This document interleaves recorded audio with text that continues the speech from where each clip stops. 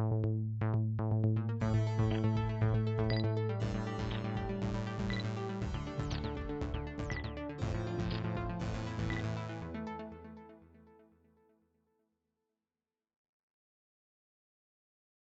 everybody.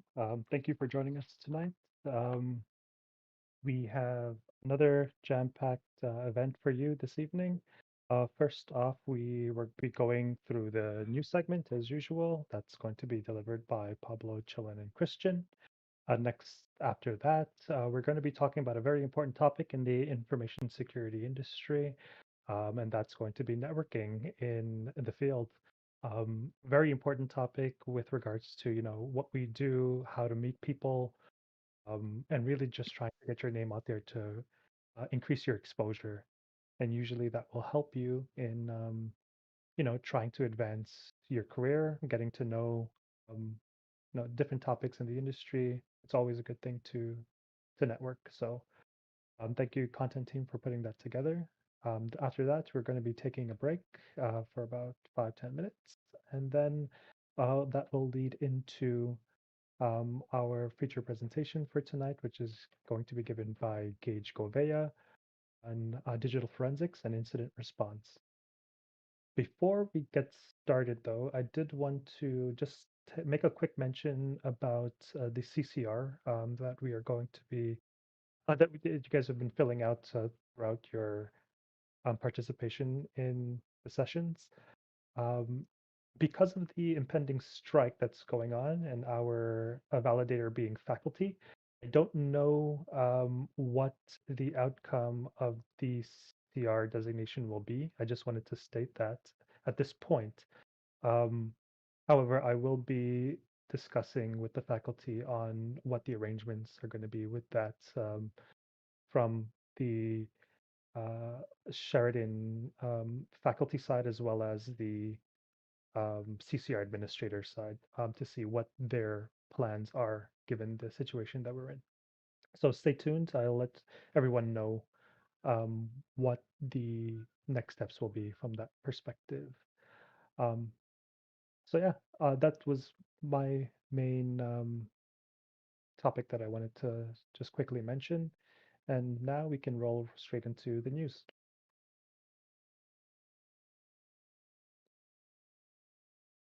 Awesome. Thank you, Nash, for that um intro. Hello guys. Okay, so I'll be starting off with the news. Um, as the title says, raccoon stealer crawls into Telegram. So inside the article, I'll provide the links later. The credential stealing trash panda is using the chat app to store and update C2 addresses. Now, to give you guys some back knowledge on what a C2 is, it's a computer controlled by an attacker used to send commands to a system compromised by malware and receive stolen data from the target. The raccoon stealer, which first appeared on the scene in April 2019, is now able to store and update the Telegram's infrastructure. The malware is believed to be developed and maintained by Russian affiliated cybercriminals. This malware is mostly used for credential stealing, but is capable of doing many things, such as that it can also steal cookies, save logins, files from crypto wallets, and many more. This malware was first used via a .image file, which was hosted on the attacker's Dropbox account and inside the compromised emails. This malware is also distributed through fake game cheats, patches from cracked software, including Fortnite, Valorant, and NBA 2K22 is other ways it also got spread around. There are four, from the article, from what I read, there are four crucial values to the C2 communication, which are hard coded in every stealer sample, because obviously this malware is used for various reasons. Here are the main values that we were able to find, or that the article was able to find. According to the article, by the malware's first decryption main underscore key, which is used to decrypt the Telegram gate's URL and bot ID, the sealer then uses the Telegram gate to get to its real C2 using a string of queries that eventually allow it to use the Telegram's infrastructure to store and update actual C2 addresses.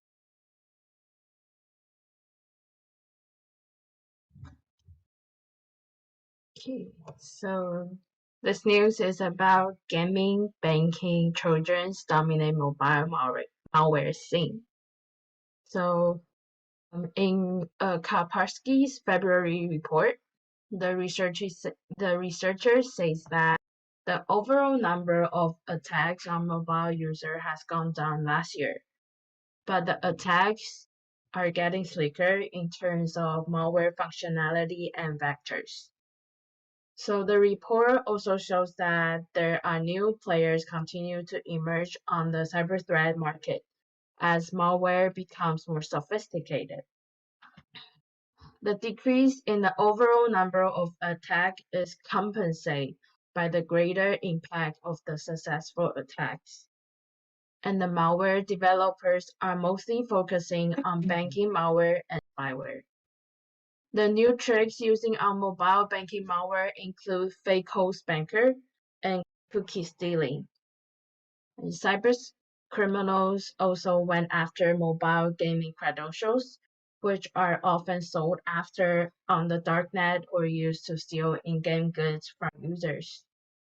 And last month, Voucher Backdoor has found packed into a malicious, fully functional two-factor authentication app on Google Play. And Voucher Backdoor will snoop on target by recording smartphone screen. So whenever the user opens an app that is in attacker's interest, they can monitor the on-screen event. That being said, if the malware is in the phone and the victim used the phone for banking, the attacker can see everything the user is seeing and entering. Although Google attempts to scrub its App Store claim, it's still a big roach motel. Threat Fabric researchers recently sniffed out 300,000 banking Trojan infections in Google Play during a 4-month period. Adware was still the biggest slice of the mobile malware pie. So the adware occupies 42% of the mobile malware. So overall, just be careful to be a victim of mobile malware, especially for the people who do their banking on the phone. Thank you for that, ChiLin. It's actually perfect that you were just talking about a topic related to mobile security, because here's another one that's related on mobile security. So something I guess I just want to point out with this topic is I thought it was interesting because of the fact of how similar it was to the one of the challenges there was in the CyberSci CTF we had this year.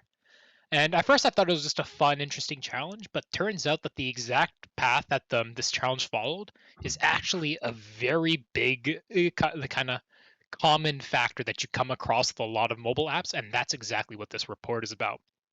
So Checkpoint Research discovered that a whopping over 2,000 mobile apps had misconfigured Firebase databases. In case if you don't know what Firebase is, it's pretty much like a Google platform and it's kind of just a a database. And anyways, with that being said, is that 5% of these Firebase databases for all mobile apps are misconfigured in some way.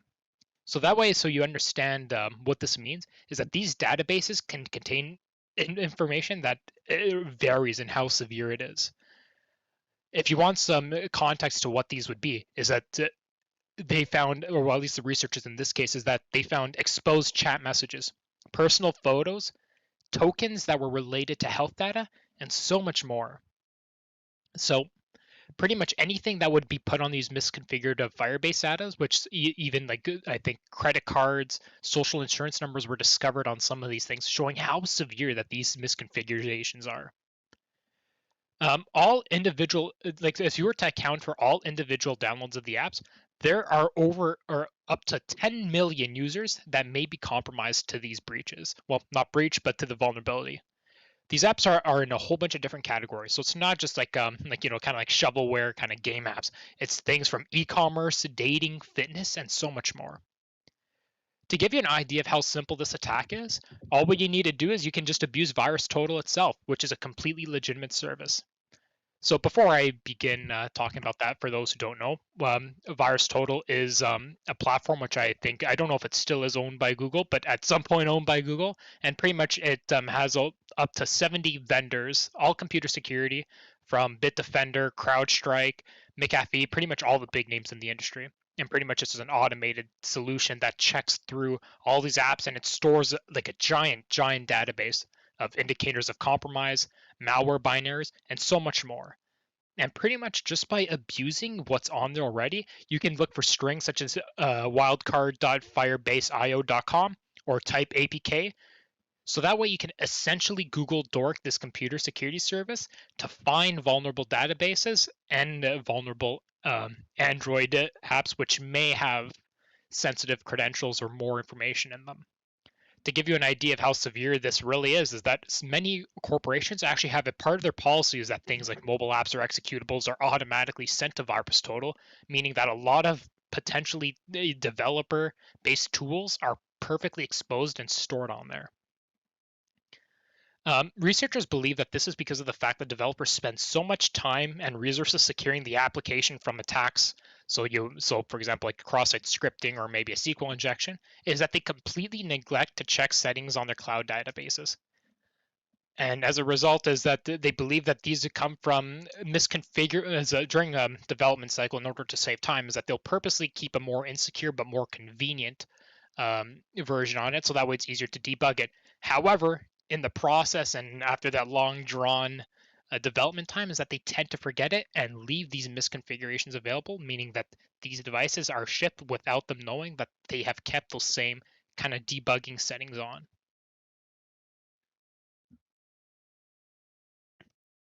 Awesome, thank you, Christian. For this article, we talk about Quackbot. The Quackbot botnet is getting more dangerous. Quackbot malware code uses weird encryptions to cover up the contents of its communication, but researchers are able to decrypt the malicious code and detect that the botnet C2 system in order for them to get a better understanding of a Quackbot. I realized that most of my articles talk about C2, which is something that I had to learn about, which I hope you guys can gain from this. Just so a little background on Quackbot. Quackbot is a Trojan typically distributed via phishing emails with an attachment on how it and how it works is the victim first downloads the weaponized document via the email, and then it's enabled by macros. Then a PowerShell is launched and used to download and run Quackbot payload from the command and controls, or aka C2 server. Crazy to think that this is a banking Trojan that was first spotted 17 years ago in 2007, which is crazy to say 2007 was 17 years ago. Its main purpose was just like any other Trojan, is to get info swiping. This just means gathering information for the user such as logins, passwords, and many more. Quackbot is a multi-purpose botnet spread, like I said earlier, by email, which has become very popular in the cyber attack world, such as phishing scams. Quackbot botnet is inserted via malicious message into existing email threads. These messages typically include a short sentence or link to a malicious download. Then this is triggered when the user clicks and enables the content on the file. Just to reference it, when you guys download a Word doc or a zip file from your teachers that send you, the first thing that Microsoft enables is enable editing. This is one of the ways that Quackbot has actually found a way to trigger a malicious payload. So that's just what I mean when you enable the file. Where was I? So yeah, this is triggered when the user enables the content on the file. Once the botnet is triggered, it scans the user's computer and then all the information is passed up to the C2 server. Once the Quackbot is enabled, it is also known to download at least three more malicious modules. These being injected into the browser that took from my dynamic link library, which give the Quackbot more capabilities. It kind of gives it more power. Is a funny way that I thought about putting into it. So once this Quackbot is on your device, it now runs three modules. These three modules include password stealing code into web pages. So whatever you logged into, if you have any credentials saved, it will swipe all that information. Another module is that it performs network scans, collecting data about other machines in your proximity to infect the computer. And this is also another way it gets spread out, because once you get a network scan, they're able to see if there's any other computers related to you. And finally, the last module that was identified is that the address of a dozen simple mail transfer protocol, so SMTP email servers, and then try to connect to each one and then send them a spam. So it would send a spam from your account, making it look more legit. And that's how Quackbot is spread through other devices. Thank you, Pablo, and thank you, Christian, to mention the virus total because I'm going to have that including in this news too. So, NVIDIA's stolen code signing certs used to sign malwares. So what happened is NVIDIA certificates are being used to sign malwares and enable malicious programs to pose as legitimate and slide past security safeguard on Windows machines. So here's how it happened. NVIDIA has been a victim of the Lasers Group ransomware attack, and two of NVIDIA's code signing certificates were stolen during the attack on February 23rd. The certificates are now being used to sign malware, and so malicious program can slide past security safeguard on Windows machines. The February 23rd attack shows that 1 terabyte of data bleed from NVIDIA. The data bleed includes data on hardware schematic, where drivers, email accounts, and password hashes for more than 71,000 employees and more. And security researchers noted last week that malicious binaries were being signed with the stolen certificates to come off like legitimate NVIDIA programs, and that they had appeared in the malware sample database virus total. That malware author being able to use legitimate certificates to sign their code can have far-reaching consequences.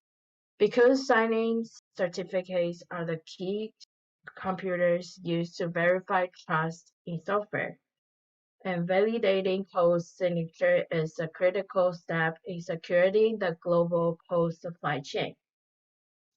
And it protects everybody from average consumer running Windows update to developers using software component in larger projects.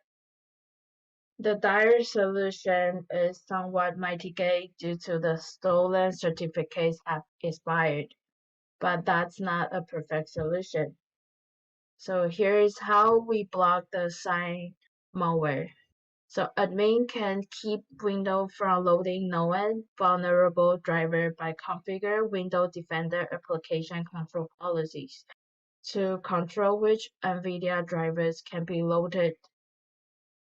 Unfortunately, Microsoft Windows Defender application control policies fix isn't a practical solution for the majority of Windows users who are not familiar with the system. A better approach would be for Microsoft to recognize the certificates as expired and no longer accept them as legitimate. It's interesting that you mentioned an article about certificates because it's not too often you hear about malware that uses legitimate certificates to sign itself off as legit. Forgive me if I'm wrong here, but the only malware that I mean, I'm sure that there is plenty of others, but the only one that comes to my own knowledge is that did that kind of stuff is Stuxnet. Which, just to give you an idea of how big Stuxnet was, it was pretty much a very notable and one of the most complex malwares ever seen that is allegedly a nation state.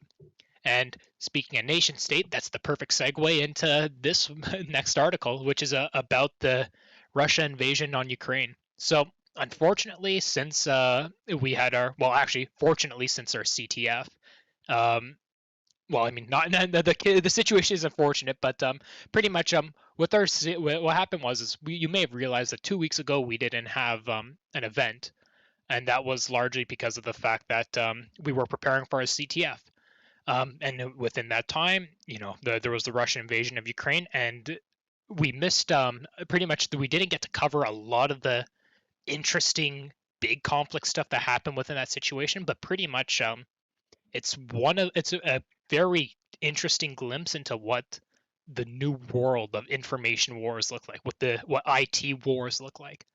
And this article will just be taking a very, very small scratch at the surface of what's going on here. So, with this article, another destructive wiper targets organizations in Ukraine. For those who don't know, is that at the start of Russia's invasion of Ukraine, is that Russia allegedly had malware that would act as a wiper and was sent towards Ukrainian organizations. Another wiper, which is now named Caddy Wiper, has been discovered by ISSET with the same targets in mind. This is believed to be the third wiper deployed against Ukraine.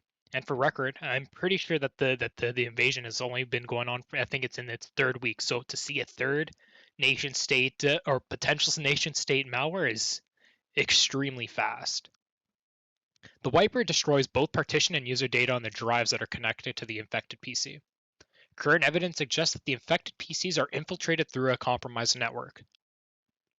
And to give more light on it is that Caddy Wiper isn't exactly too special in the sense of a nation state attack against Ukraine, because ever since 2014, which also happens to be the same year that Crimea was annexed from Ukraine, is Ukraine has actually been victim to a lot of sophisticated malware, and according to ESET, this one is just one of many of them. In the meantime, we're still waiting for ISSET to confirm the technical details behind the Caddy Wiper malware, but it's something to be certainly on the lookout for. Awesome. Thank you, Christian. Yeah, I'll definitely keep up to date to see with what Caddy does. But here for my last article, this is towards my Android users, but it's okay. I'll explain more about it. So, a banking fraud Trojan that has been affecting Android users for almost 3 years has gained more power. Now that the banking Trojan went from draining bank accounts to now having an active kill switch and a factory reset to wipe infected devices on any Androids. Um, a little history about this Android malware. It's called Brata, which is short for Brazilian rat Android. And as you can tell, it's typically targeted for Brazilian victims. However, this could really affect anyone that is an Android user. This Trojan has been active since 2019, and it is hosted through the Google Play Store, but also could be found on third-party app stores. For this malware to work, it requires Android Lollipop 5.0, which, if some of you Android users know, this version is no longer supported. At least not hasn't been recently, because it's quite an old version. Brata has spread through compromised websites such as malicious Google links. Brata hasn't had any recent evidence of being spread through Google Play or third-party store, but it's now going through the path of phishing texts through banking alerts. So when you get your bank alerts like, hey, your RBC account has been compromised, or you withdrew this, here's a text. That's now how Brata is getting through Brazilian Android victims. Besides Brata having a kill switch now, it is now seeking permission to access location of infected device. Now, with the article, it mentions that there's no actual evidence in the code of Brata using location tracking, but researchers do speculate that in future versions of this Trojan, the malware may start using it. Brata has also maintained a persistence connection with attackers through their C2 server using WebSocket connections.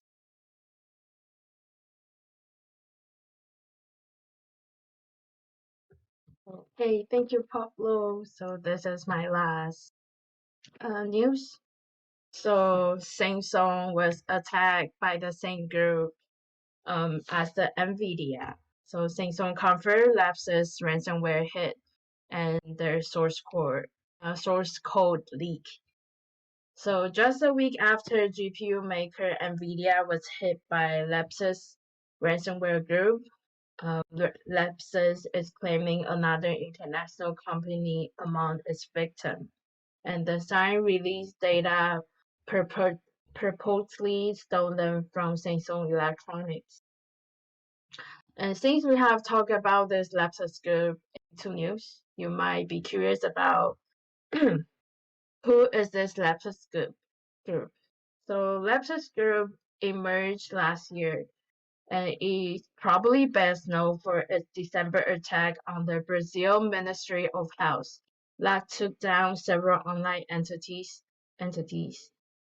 It has also successfully wiped out information on citizens' COVID-19 vaccination data, as well as disrupting the system that issued digital vaccination certificates. And in January, Lepsus also crippled the Portuguese media giant InfoSec. And then move on to February, have the NVIDIA and the Samsung ransomware attack. The Lapsus group is claiming it has attacked Samsung Electronics just days after the NVIDIA exfiltration.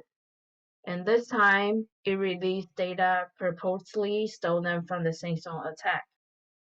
And Lapsus has earlier announced on its Telegram channel that it has reached Samsung and offered a taste of what it has as proof, including biometric authentication information and source code from both Samsung and one of its supplier, Qualcomm. So Qualcomm is a company make the chips for Samsung. If Samsung's keys were leaked, it could compromise the trust zone environment on Samsung devices that store especially sensitive data, like biometrics, some password, and other details. The trust zone environment is useful because it creates a strong security barrier to attacks by Android malware. If Samsung has lost control of the signing keys, it could make it possible for Samsung to securely update phone to prevent attacks on the trust zone environment. Compromised key would have this a more significant attack than NVIDIA, given the number of devices, their connection to consumers, and amount of very sensitive data that phone has. And the ransomware attack on Samsung and NVIDIA, and even January's Lapsus attack on media outlets in Portugal, NIC notices and espresso should serve as a green reminder that the ransomware business is blooming and it is not going away. Interesting thing to note is just how many Android or mobile phone articles that we've had, and I think it's no coincidence that we're talking a lot about that. I think that you know people are starting to realize how lucrative of an industry malware and ransomware are on the Android market. So I imagine we're going to see more and more. Hopefully, we start seeing better security policies in place for mobile apps. But with that being said, I'll try to breeze through this article as fast as possible for the sake of time. But pretty much in more Russia-related news, I guess, is Alexei Burkov, also known as Kopa, is a Russian cybercriminal who was arrested in 2015 in Israel for running one of the largest stolen credit card accounts. You might have heard of it before, but this one, his name is Card Planet.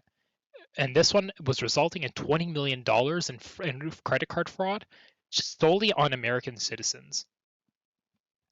To make things even more notable is that Burkov was also responsible for founding Direct Connection, a site that hosted many wanted Russian criminals, and co-administrated another hacker forum called Maza. I'm not going to pronounce that one because I'm pretty sure that's supposed to kind of sound like an Italian man swearing. But he was extradited to the United States in 2019 to be jailed for 9 years. However, he was released early in August 2021 and actually deported back to Russia. Something that's really interesting to note about this is that US lawmakers spent a lot of time trying to get him extradited from Israel back to the States. So they questioned their decision and asked why they release him early. To make things interesting is, as you might have remembered from what I mentioned earlier, is that this guy was responsible for a lot of hacker forums. So this guy knew a lot of connections within the Russian hacker underground. So they were kind of wondering, why would you release this guy so early, especially with all these different connections that he had? For just to make sure that we reiterate, this is not necessarily a new development itself. This development itself occurred back in August 2021. But what makes it up new is that an official law or an official letter signed by many intelligence and foreign affairs committees and Homeland Security, and even more on top of that, was addressed to the Congress of the United States to know why he was released early and sent back to Russia. They also want to know if there was even anything that the US received out of exchange for Burkov's release. It's also worth noting is that there was no prisoner exchange. So it's not like the US got someone from a Russian prison back. This is, from what they know, a one-way offer.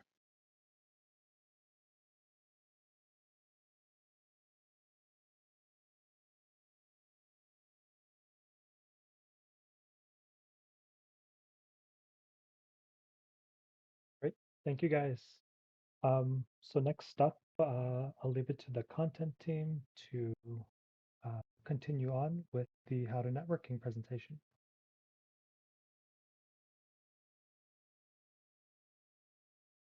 Perfect. Thank you, Nash.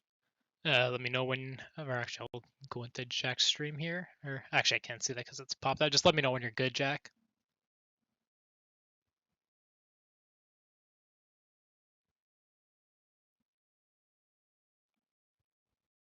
He is good. Okay, yeah, I can't see it. All right. So anyways, welcome to our How to Network presentation presented to you by the content team. So especially with the third years, and I guess anyone else who's been applying to jobs, is that this is the time of the season where people are starting to get co-ops and perhaps even job applications done. And one of the best ways to get yourself a job is by networking.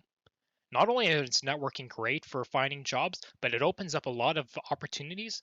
And hopefully with this presentation is that we can teach you some of the best tricks that we found personally and even recommended by industry professionals. So I'll let my colleagues take it away from here.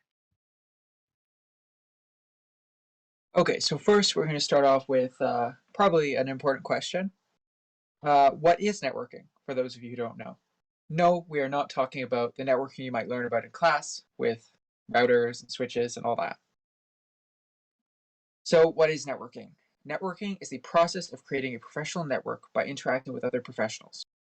This can involve online or in-person meetings. Nowadays, I find it's more online because, COVID. And so the goal of networking is to connect with other professionals. And then I always found this sounds weird, but I couldn't figure out a different way to say it, but to ask favors or to give them in return. Okay, next slide. So for example, this is what I meant by like favors. For example, if you're looking for a job, someone in your network may help you figure out who's hiring or to give you a recommendation. Because a lot of times nowadays, there are so many different people who could be qualified, who could have the right education for a job. So a lot of the time it matters more who you know than what you know. And often networking is also just a great way to meet new people and learn new things. Because like, for example, if you, let's say you build a big network on LinkedIn, then you'll see all the posts everyone makes. You might learn new things. And then through that, meet more people. And yeah. Perfect. Could we go to the next slide? So I guess just as important as you think about what is networking, you could also, consider asking yourself the question, who should you network with? And this could be a wide range of people, which, could be anyone that you could connect with and just learn more about. But if you to narrow it down, it could be people that you run into naturally, which may be difficult to be prepared for as it's an incident, right? But from this, it could be a great blessing because you can really take advantage of it, and it could bloom into a nice, genuine, and respectful conversation where you may end up learning a lot. And it may not even be in the same field, but it could be someone that is genuinely interesting and can provide you, a good perspective on a different, on a whole new world.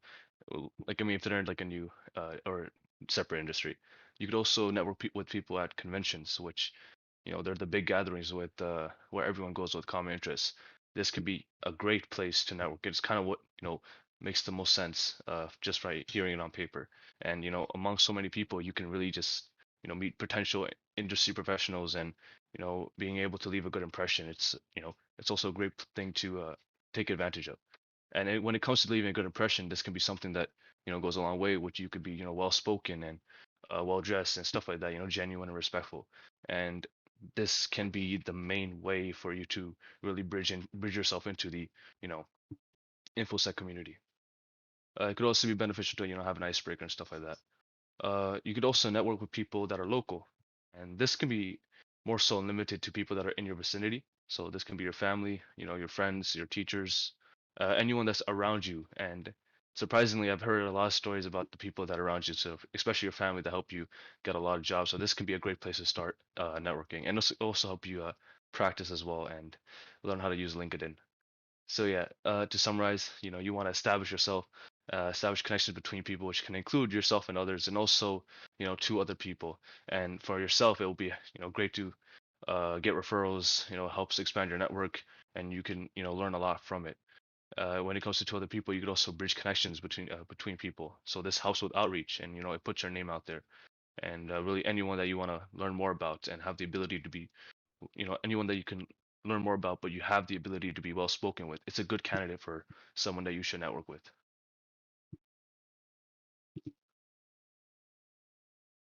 Why should I network? So I'm someone who loves statistics more than anything, and I'm someone who loves to prove things with statistics. So I can tell you right now, when I saw these statistics, is hopefully, if you're not convinced already, this will convince you as to why you should network. So here are some facts about networking. Networking is the key in today's employment world, and that's proven with these two studies. According to HubSpot, a whopping 85% of jobs are obtained through networking. And then to add to that even more, is that CNBC reports that 70% of jobs aren't even available publicly. Networking isn't just about getting the job either. It can open doors to business deals and maybe anything else that you want down the road. So kind of on a personal story, as when I was going for co-ops, is I was adamant about kind of doing things the old-fashioned way. I'm a very prideful person, so I wanted to apply with my resume. I want them to look at my resume and say, "Damn, this guy's really qualified." I wanted to go through an interview, and then I wanted to get my job that way. And I was adamant on refusing any type of networking and anything. I just felt like doing it on my own. And then someone who's in this call right now talked some sense into me. And I think that this has stuck with me ever since. And networking is just the bridge that gets you the interview. If you're worried about maybe, you don't want it to seem nepotistic or anything, is the way that you just need to change your perspective on it this way.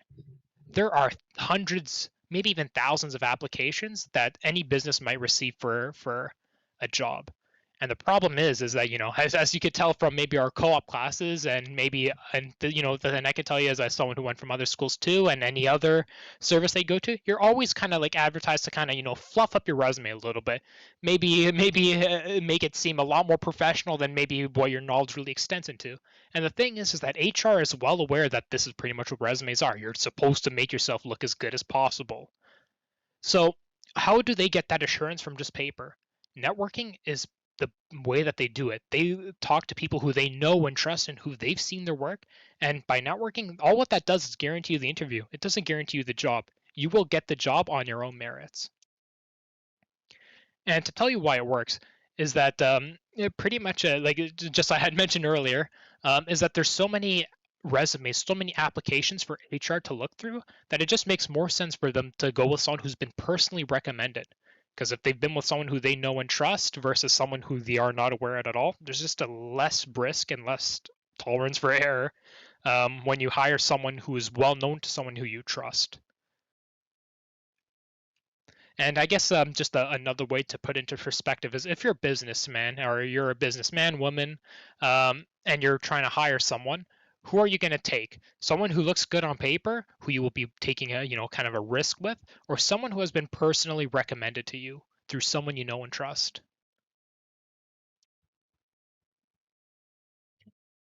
So next we will move on. Where should we or should I network? Next slide, please. So for students like us, the more accessible place to network is in the classroom or the class Discord channel with your classmates and professors.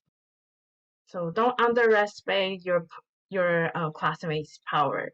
Like once you go to like grade 4, like me, you will see like all your classmates has those like co-op relation with their employee, and that way you can like expand your network.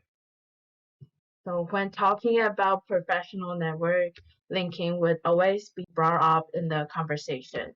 And we can start with building our professional network by adding friends and classmates on your LinkedIn profile. And extend from classroom, clubs is also a good place to network. And join clubs is a good way to meet people who share same interests For example, our ISS session club, we all have interest in information security, and we have alumni and students from different grades and different schools. And while competing in CTF, we can network too. A lot of companies will sponsor CTF. Like the CTF we have a few weeks ago, we have KPMG, Bell, Deloitte, Mendian, Thayer, and Trent Michael provide QA time and workshops. And I think Christian also talked to one of the sponsors during that time. Maybe that changed his mind. Public speaking events and professional conference are another great network opportunity for professionals. Events with the lineup of public speakers can give us a chance to learn more about new topics or issues in our professions. We can also meet other professors who attend these events. For example, sectors, the Canadian IT Security Conference. If the ticket is too pricey to you, look for volunteer position in this big event. And job fair is another great event that we can meet potential employees and people in the field. Job fair can offer you the chance to speak with employers who are looking for qualified candidates. And even you don't get hired for a job directly from the job fair, the connection you make can still help you grow your professional network. And you can meet like other people looking for a job too. Like maybe they are looking for a management job and you're looking for more like a beginner job, and you guys can connect there too. And since most of us have not graduated yet, the alumni event is mostly for future preparation. Similar idea as networking in the classroom, education can be a powerful connection in networking that can help you get a job to learn about new opportunities. Network with alumni can also allow you to help others find jobs in your industry. And city or local chambers of commerce may periodically offer network events where you can meet new people and learn about job opportunities. The people we met might not be the same industry, but they can still give you a chance to develop professional relationships and learn new things.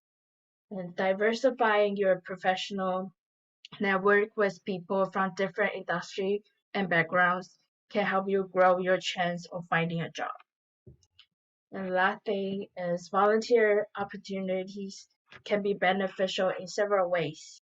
You can network while volunteering for a cause you care about. This can allow you to meet like-minded individuals both in and out of your industry. For example, hint hint, wink wink, sign up for the next year exec of ISSessions.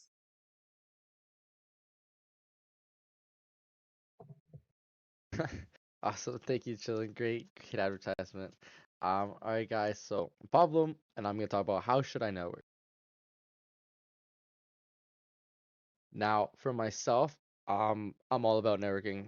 I love talking to people. I love learning about people's career, and I think this is very beneficial to myself, and then I'm sure for a lot of you other students. So right away, the fact that you're here and part of the server is a great place to start. Just asking in our server. I know we have designated chats for career discussions, so just asking, saying anyone in the server like, hey, is anyone in SOC analyst position? Any networking and like administrative position? Just starting off in the server is a great place. Another one that I did when I was going into second year would be going onto LinkedIn and looking up for people, looking up for companies I'm interested, looking out um and all that. So right now, three uh quick, and then you're gonna follow. Uh, cool, and then Christian, let me know when you're streaming my stream.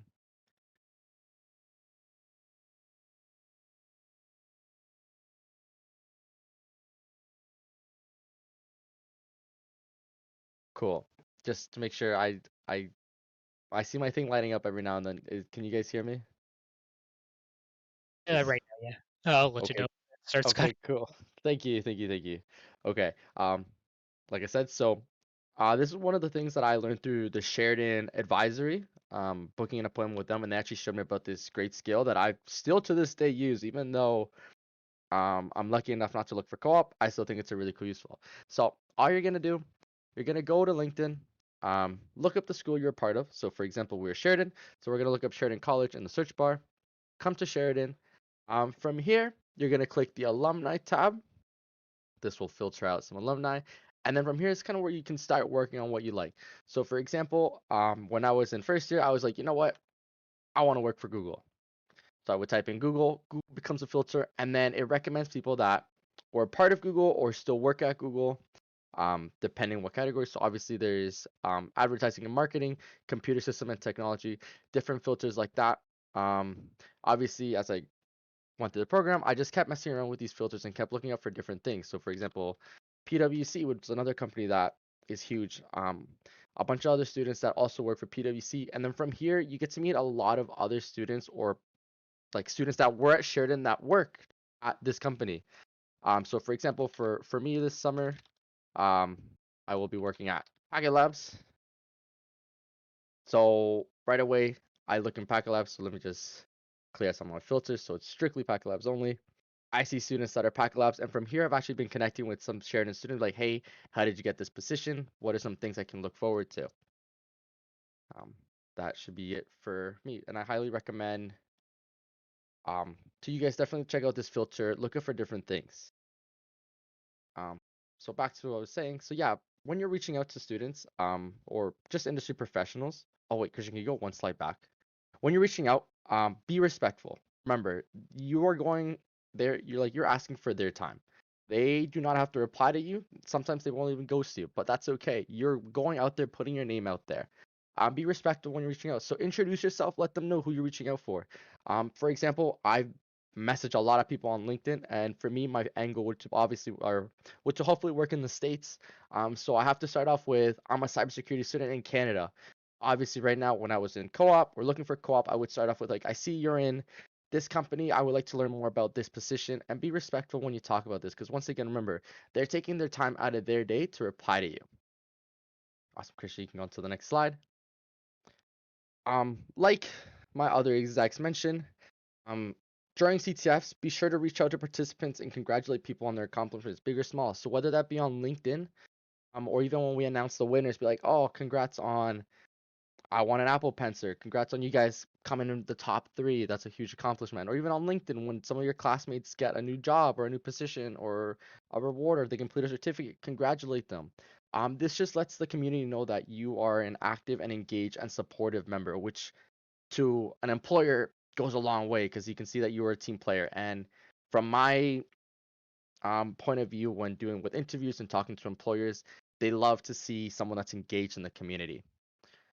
Like ChiLin said, like we had workshops where we had sponsors like KPMG, Bell, Mandiant, a lot of huge sponsors, and they even brought in people that work for them to talk to us. And I know I was lucky enough to talk to some of the sponsors, such as the Trend Micro, Bell, and Mandiant.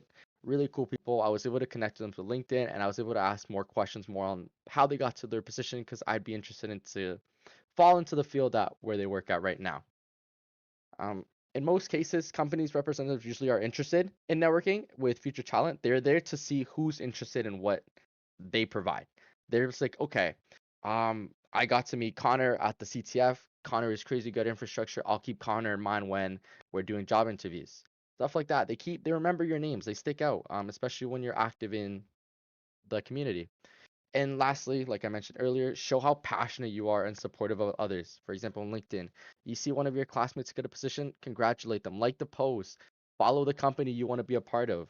Um, Put your name out there. So show that you're interested in pursuing your career path. And I think that's all I got for my point of view. Thank you, Christian. So when should you start to network? Right now. And this is why we're going to take a couple of minutes to present you with a once in a lifetime opportunity. And that, as ChiLin mentioned earlier, the ISSessions 2023 or 2022 to 2023 application/team are now open. So I'll throw the link down here in the description here. So that's where you can sign up to be an exec. Keep that in mind. I'm going to pin that on there. So what we're going to do is just for the sake of time, a couple of us will just quickly share some of our stories about some of the amazing networking opportunities that we've had as being execs and just how many opportunities that it's opened up for us. So as I think both Pablo and ChiLin mentioned, is when if you had went to our CTF that we had 2-3 weeks back, um, we had a lot of amazing sponsors. And because we spent so many times working with these sponsors, I would say roughly half of the exec team that was looking for co-ops this semester got co-ops directly from our sponsors. And again, just to remind you of what some of our sponsors were, Mandiant, KPMG, Deloitte, Trend Micro. It's it's unbelievable how much networking you do in the club. And I can't tell you how far this went for so many of us. On top of that, it's just for me personally is I'm someone who loves who loves to pretty much teach people cybersecurity or create new opportunities for passionate students to learn. You know, for me, this is literally the highlight of school. And in fact, a little bit of my own personal story is the club is the reason why I went to Sheridan. Originally, because I bridged into Sheridan, I was actually going to go to Ontario Tech. Then when I participated in the CTF last year, I was like, wow, this is there's so many brilliant people here that want to make the community better. And I had to join. I joined Sheridan, joined the club, and I have not regretted it one bit. It has done nothing but make my career, my experiences in the industry so much better. And I have met so many countless amazing people through this opportunity. I've had the pleasure of working with such an amazing team that I cannot recommend the experience enough. I'll open it up now to any of the execs who would like to share their own stories as being a part of the team. I'll just actually quickly read Pablo's here. At Sector, I got to meet with Packet Labs recruiters and other big companies. I got this opportunity by asking to volunteer and just me being there, and I got to meet and talk with a lot of industry professionals. So yeah, Sector was definitely an amazing one that I know Nick put out for a lot of students, and same thing with a few of the other alumni. But yeah, if anyone else wants to share their experiences, go ahead. Yeah, yeah, so I mean, for those of you who don't know me, my name's Connor. I was the CTF coordinator this year. So my role kind of, I mean, I was technically in charge of, orchestrating the CTF as a whole, but one of the main things that I did was actually going out and acquiring sponsors and communicating with them, from the start to the end of the event. And, as Cristian mentioned, like the people that you're talking with when you're a part of this event are literally like hiring managers for for these companies.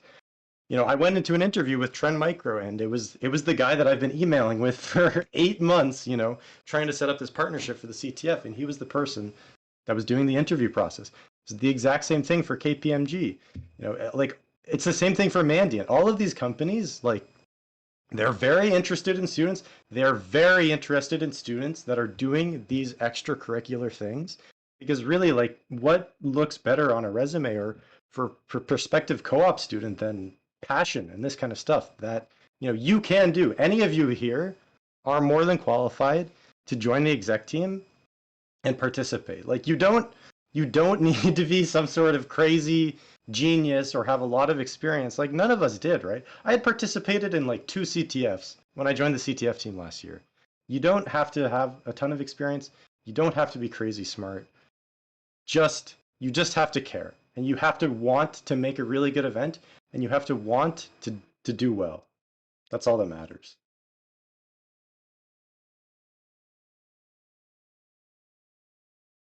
That's all I have to say. I am going to talk a lot more about like the specifics of the role at our, I think, 2 weeks from now when we're having a more in-depth meeting about the exec roles. But also, if any of you have questions about any of that stuff, you can always message me.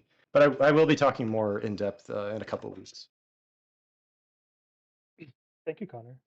Jackson, did you have something that you wanted to mention? Yeah, I did. I think me and Connor turned our I muted at just the same time. No worries. Sorry. I'll let No, you it's go and it's all good. Don't worry. Yeah. So for me, I think one of the big things I kind of realized probably in the last few weeks when I actually started having interviews for co-op, um, is that it's not just that ISSessions looks great on a resume. It's not just that we get to work with such a great team and work to create like an end product, like for the CTF or the biweekly meetings or workshops or anything like that. I think what I really noticed just recently was like with doing interviews, the you don't even realize it, but it helps you like the experiences in ISSessions help you with interviews a lot. Like there are so many soft skill questions that I was basically given the ammunition to answer from ISSessions. Tell us about a time you worked in a team environment. ISSessions. Um, Tell us about a time where you created a product. ISSessions. Tell us about a time where whatever. In fact, in all of the interviews I went to, there was one question I noticed a lot. And it was, do you keep up with cybersecurity news? And I'm going to say, I doubt very many people were able to say, actually, I research and present the news at a large information security meetup every other week. Because, like, like people said previously, they're not like for co-op positions especially, they're not looking for you to have so much experience with the like technical parts of it as much. They're looking to make sure you're passionate, and they're looking to make sure you are a person they can work with.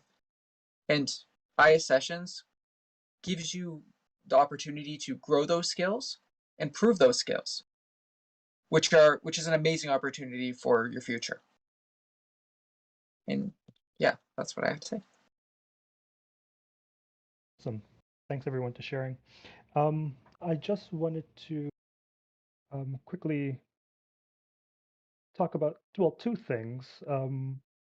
One is I know there's a common fear when people think about networking. Well, networking in terms of concept is not new to most people, and I think a lot of people do understand what it is, but sometimes there is a genuine fear on networking, and one of those reasons could possibly be that I sort of want to get things on my own merit.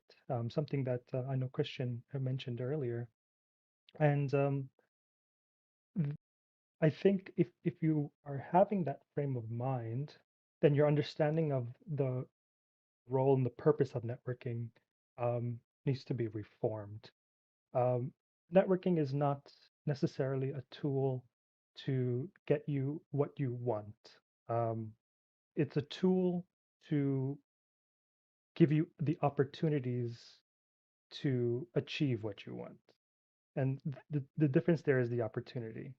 Some people, as I said before, have the fear of, or the thinking that, if I network, I'm not getting stuff on my own merit. It's about who I know, not necessarily what I know. And that's not true.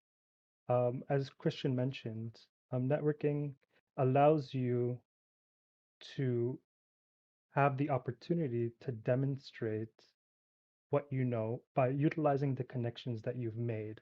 And those connections are the ones that vouch for your credibility. So all the work that goes into what you have to present and the impressions that you make on people really is done beforehand. Networking is just a tool to allow you to then grow. Um, so that was one thing I wanted to mention, and I think a lot of us have realized that. And during the interviews that people went on, I'm pretty sure a lot of the questions came up that, what is it that you do outside of just school? Um, and a lot of the people who were interviewing actually are familiar with ISSessions. So to say that you are involved in this club, in this community, definitely um, something that validates your interest in what we do. The other thing that I wanted to talk about is just some of the networking opportunities that being involved as an executive in this club brings you. We did touch on, the sponsorship, and that's very important. But there's also networking that's done um, outside of the sponsorships. I'll give you an example of my role and the people that I communicate with. Um, in terms of people that I reach out to and constantly talk with as president of the club, I'm constantly talking to teachers, I'm talking to alumni, support faculty, meaning faculty that are actually not teachers. For example, the SSU, the CCR faculty. These are all individuals that now sort of know who I am and what I'm doing. Um, and so when it comes to things such as applying for example scholarships, um, these are people who then can vouch for the work that you do. Uh, so I didn't want it only to be centered around the sponsorships as well, but also there's so many other people and so many different roles that you get to meet and understand what they do, and they understand what you do, and therefore you make your experience with in the club as an executive a very beneficial uh, experience for yourself. So that's all I wanted to say in terms of why you actually shouldn't get involved, why you should get involved with ISSessions as an executive, but also these experiences you can achieve as well as being part of membership and coming out to these sessions. The CTF, as we mentioned, had many sponsors that came out and were very supportive of our community. Our workshops that we have, you get to meet the executives, you get to meet your fellow classmates. So, um, as I said, your interest and your being here with us through this journey is actually very beneficial for you as a student. And I think if you are interested in becoming an executive, definitely going to be a decision that you won't regret making. And with that, I think we'll take a 5-minute break. And we will continue on with our next speaker.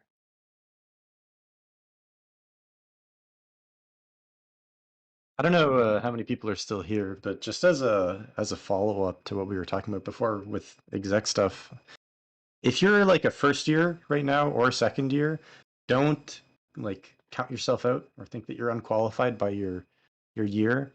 Right now we have a majority of people that joined our team we're third years right now, so we joined when we were second years.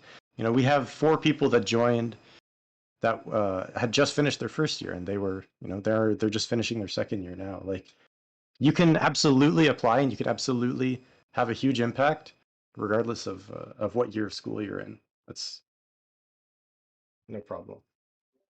Yeah, I joined right after first year ended, like the summer going into second year that May.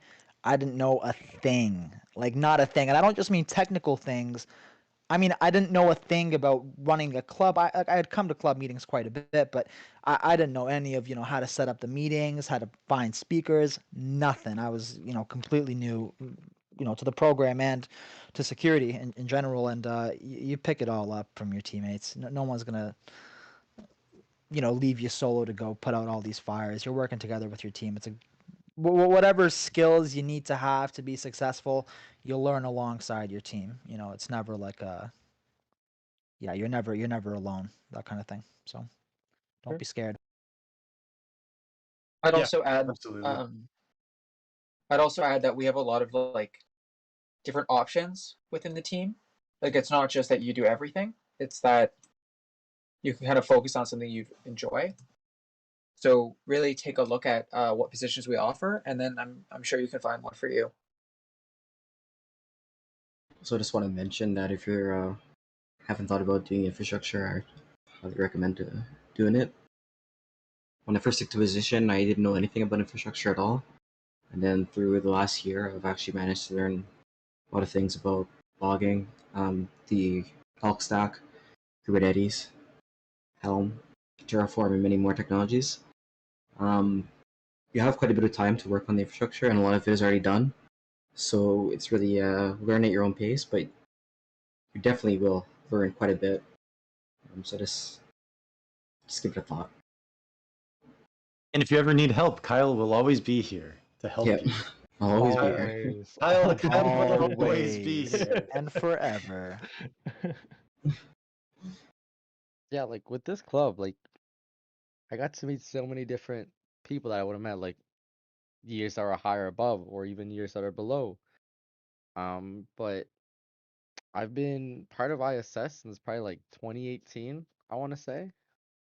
But at that time I was in a different program, but I was literally the only kid from my program that would come to ISS, and I would see everyone meeting in the J building and the connections they made and the experiences that they were sharing, that I'm like, okay, once they finish this program, I would love to be part of this community. And right away, as soon as I joined the community, I wanted to do more for it. So I definitely, I'm glad I got to meet the people I am and the people I get to talk to every day when it comes to this club. Kind of goes in line with InfoSec culture as a whole, right? I mean, there's so many free and open source tools out there. You take some, and then later on, when you learn more, you try to contribute in different ways, either helping contribute to open source. Maybe you start mentoring some people. You put out a blog post on a bug bounty that you did or something. And it's just like that with this club. You come in, you kind of meet a bunch of cool people. They help you level up. They teach you a lot of things, and then you find yourself more and more involved with the club, and you start, doing the news, giving talks, giving back. It's like a cycle. I don't know. It's you come in and you just have a great experience, and soon enough you want to make sure other people have a great experience. At least that's how it was with me, and only reason why I'm saying this now is because of what you just said, Pablo. It sounds very similar to my story, but it's really in line with kind of the hacker culture in general. I mean, it's a very give and take kind of cycle.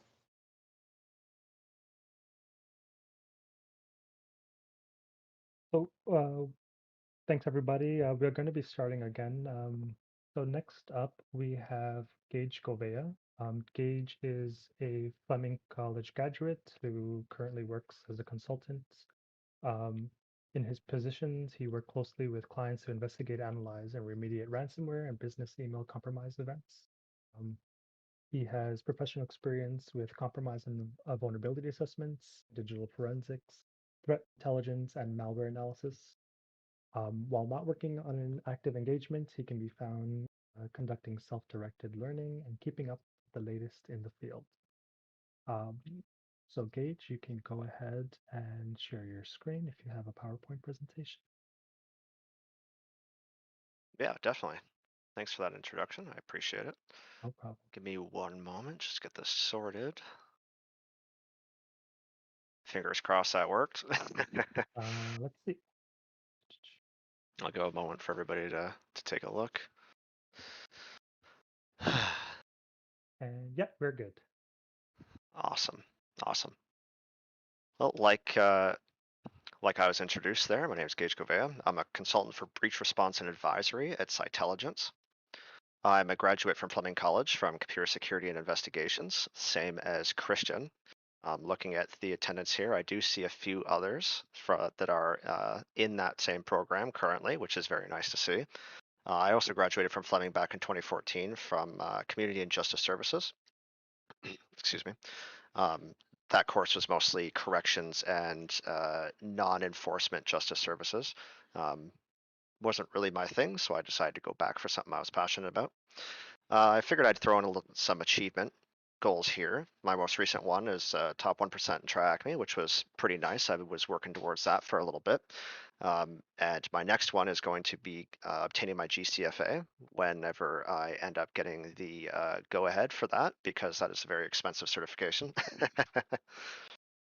So why am I here? Well, I've been working in an incident response for a little bit, and I figured that I wanted to give back, like was mentioned earlier.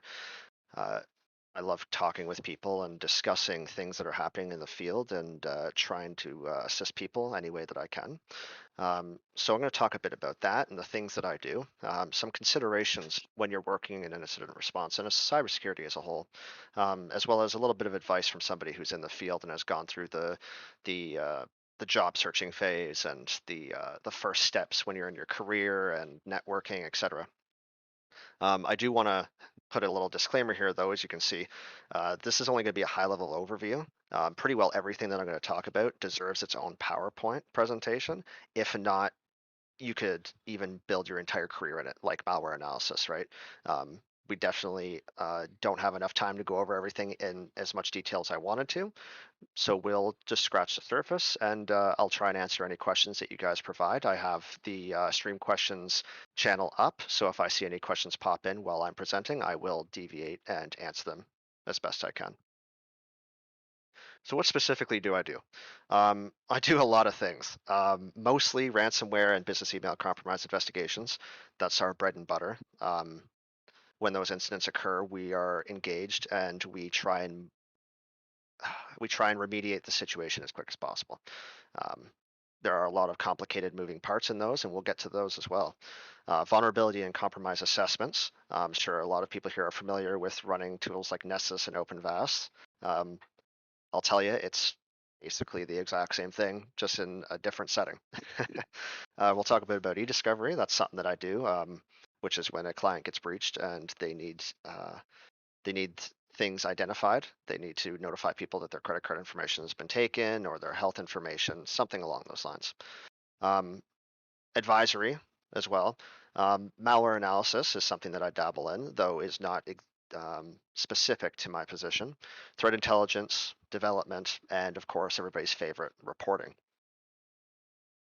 So ransomware. I put a description here just in case anybody was not aware, but I'm sure most of you are familiar with what ransomware is. It's basically just malware that's designed to lock a victim out of their machines and use that locking out mechanism to extort them in one way or the other. The type of ransomware you can often trace back to the threat actor themselves. I've seen them use builders. They've dropped entire ransomware builders so they can personalize for the environment they're in. And I've seen them use the same strain over and over and over again. In one instance, I even saw that a threat actor had put the name of the victim as the executable name for the encryptor. And then in a case a week later, when I was looking back and gathering data, I found that they used the same one with the same name from the previous victim, which is very interesting to see. Most threat actors, when they go to extort these victims, they're going to tailor the payment so that it's more palatable. Like the client is not going to pay if they're going to go bankrupt, right? They'd rather just go bankrupt and not pay them, right? That's just common sense. And so when you're doing these types of investigations, you have to remember that that's a consideration that they're always going to make, is that, you know, if they're losing 5 million a day and the remediation is going to take 2 weeks, or they could pay 15 million now and get the key and get back in business, they're, you know, it's going to be a tough decision for them. And on the note of extortion, you'll often see double and extortion. Triple is not as common, but we are starting to see it a little bit. But data exfiltration and encryption are usually going hand in hand nowadays. That way, the threat actor has a little bit more leverage. If the backups weren't touched in the environment for some reason, in the threat actor's eyes, at least they have something to hold over the victim. And if, you know, speaking of considerations, there are a few things here that I do want to bring up because these are complicated situations, right? You need to have a balancing act between making sure that things are secure, but making sure that business critical items are getting back in order effectively. Your entire job is not to do the investigation and analysis. Like that's, you know, that's the fun part. That's our technical side, but ensuring that the client is going to survive through it and still be able to do business in the end. That's very important. So considerations for the client, their operations environment, tenant, whatever it is. What kind of services do they provide? Are they making paper planes or are they making jet fighters, right? That would drastically change the type of client they are, the type of victim they become, and the type of information they have, right? You may be dealing with something that's more state sponsored than just I don't know, pick a ransomware group who decided that these guys had a massive vulnerability and they wanted to exploit it. What does their environment look like? Obviously, if there's one DC and 10 workstations, your life is a lot easier than if there's a million machines in their entire environment. How vulnerable were they? Are they running machines that have Log4j vulnerabilities? Do they have proxy shell? Which, as a side note, it is out there. It's been a while, but you will find machines out there that are old and unupdated. I've seen Windows Server 2000 more times than I'd like to admit. Do they have backups? Did exfiltration take place, right? Are we dealing with multiple levels of extortion? The backups, if they're encrypted, that changes how you're going to deal with the remediation phase, right? They are probably more likely to pay for a decryption key if their backups are not of any use to them. I see your question there, Christian. Since you mentioned Log4j, how often do you see Log4j? I haven't seen it personally. I haven't heard of anybody at ChiLin seeing them, but some of our colleagues from other firms have. It got a lot of traction online when it happened, and it was like the big scary thing. So it seems as though, for the most part, that threat has been circumvented, but we'll have to wait and see, right? There's probably lots of machines out there that are vulnerable to that, and it will be long and forgotten, and then all of a sudden somebody will scan. They'll do some reconnaissance and realize, oh, wait a second, I recognize this. Going back, are they considering payment to the threat actor? Yeah. It's all dependent on the situation you're in, right? Again, if their backups are encrypted, it's more difficult, more time, more money lost. Considerations for the threat actor specifically. What are their known tactics, right? Their TTPs. Know the threat actor you're dealing with.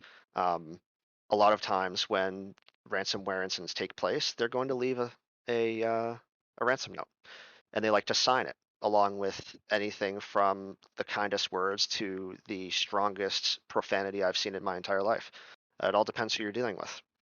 But you can get a huge head start on your investigation and the incident as a whole if you are aware of who you're dealing with. What is it they encrypted? Did they only make it halfway through the encryption? Did it get stopped by something? Did they encrypt everything? Did they double encrypt things? I've seen incidents where they've dropped two different encryptors, one for Linux and one for Windows, and the Windows machines were mapped to the Linux ones. And what ended up happening was the Windows machines were encrypted first, but because they were mapped to the Linux ones, the Windows encryptor encrypted the Linux machines. And then they went and encrypted the Linux machines after that, which means they were doubled up on, which meant that you couldn't decrypt them. They were destroyed. So that changes the game entirely, right? That's less leverage that the threat actor has on the victim. And finally, their demands and methods of extortion. Again, if they're going to ask for $100 million like they're Dr. Evil, they're not going to get it. If they only have one method of extortion and it fails, like they try to encrypt things and they drop a ransom note and it gets stopped a quarter of the way through, they don't have much leverage anymore. As for steps, this is one of the things that it deserves its own PowerPoint. But to put a few steps in to discuss, I would pick preservation and containment. They're pretty universal. For preservation, if you don't preserve it, you're not going to have the evidence. And I think it's pretty understandable what happens past that point. Also, you don't want to be the person that makes forensics team have a hard time with the case. If you start firing your tools off on there, let's say you're running the entire suite of Eric Zimmerman tools, before you make a clean copy, or you know, any sort of image, they're going to load this into whatever machine or whatever program they're using, and they're going to have to sift through all of the artifacts that you kicked up, and it's gonna cause a problem, right? You just don't be that person. And containment, which is a huge one. And I know when I was in Fleming, this was something that I was really interested in because I didn't really understand, you know, when you're dealing with a ransomware incident, how do you contain it properly? The answer is many ways. It gets very confusing, and it's again on a case by case basis. But usually, we're talking about password changes. There's almost always some sort of Active Directory attack involved, whether it's golden or silver ticket, or you know, they stripped the NTDS out of it and stole all the hashes. You know, time to change passwords. Either way, secure what you have, and then isolation through network segmentation. One of the common ideas here is you separate everything in their environment into red, yellow, and green zones. Yet red being obviously still a threat, still encrypted, not safe to move anywhere else. Yellow being we've looked at it, we don't see anything, or we've identified the problem and remediated it. Now a couple more steps and it will be ready for the green zone, which is production safe, which is exactly what the client wants, right? And that's one of the reasons why we do things like that, is because we want to help them get back in order, and they want to see that change happening right before them, or you know, they're going to feel like you're not doing anything. And last but definitely not least, firewall rules. Some companies won't have a firewall at all. Some people will have a $1 million firewall setup that has zero configuration. I felt like I've seen nearly every scenario, but leveraging the client's firewalls, or the victim, sorry, I'm using that term uh, interchangeably. Making sure that you're leveraging that to stop any sort of reinfection is key. Basically, use whatever tools you have to make sure that a client doesn't get re-encrypted, because that is a massive, massive deal in the field. It looks very, very bad when a client gets re-encrypted when you're on the case. An analysis, again, another long and winding road. Again, this one probably warrants a full discussion on its own, but some of the things that I can provide to you guys is you leverage your non-technical skills: communication, organization, report writing. Especially the report writing, which we'll talk about later. The communication and the organization is key, because you're going to be dealing with a lot of data. You're going to be needing to keep up with all the information that you're given, and you're going to need to be able to communicate that, or sorry, you're going to need to be able to communicate that specifically to the client, their legal counsel, and other people on your team. If I find a malicious group policy that's pushing out an obfuscated PowerShell command, I need to make sure that everybody's aware that that's happening, and I need to deal with it immediately. And if I don't record it or tell anybody, then what am I doing there, right? Leverage your knowledge of Windows artifacts too. For those who aren't aware, the SANS has amazing posters on these. I encourage everybody to grab them if you don't have them. Use those to study. When I had an interview for ChiLin, I used that as one of my study materials, because it's just concise, right? It has everything you need, and it's, you know, it's just a good piece of material to have in your back pocket. I have it on my work machine even. If I need to go back and reference something, I'm thinking, oh, I want to find evidence of this, but I don't normally see it. What's something that I can find? Oh, Skype has a log tucked away in this obscure directory somewhere. I better go check it out. Tools with a proven track record.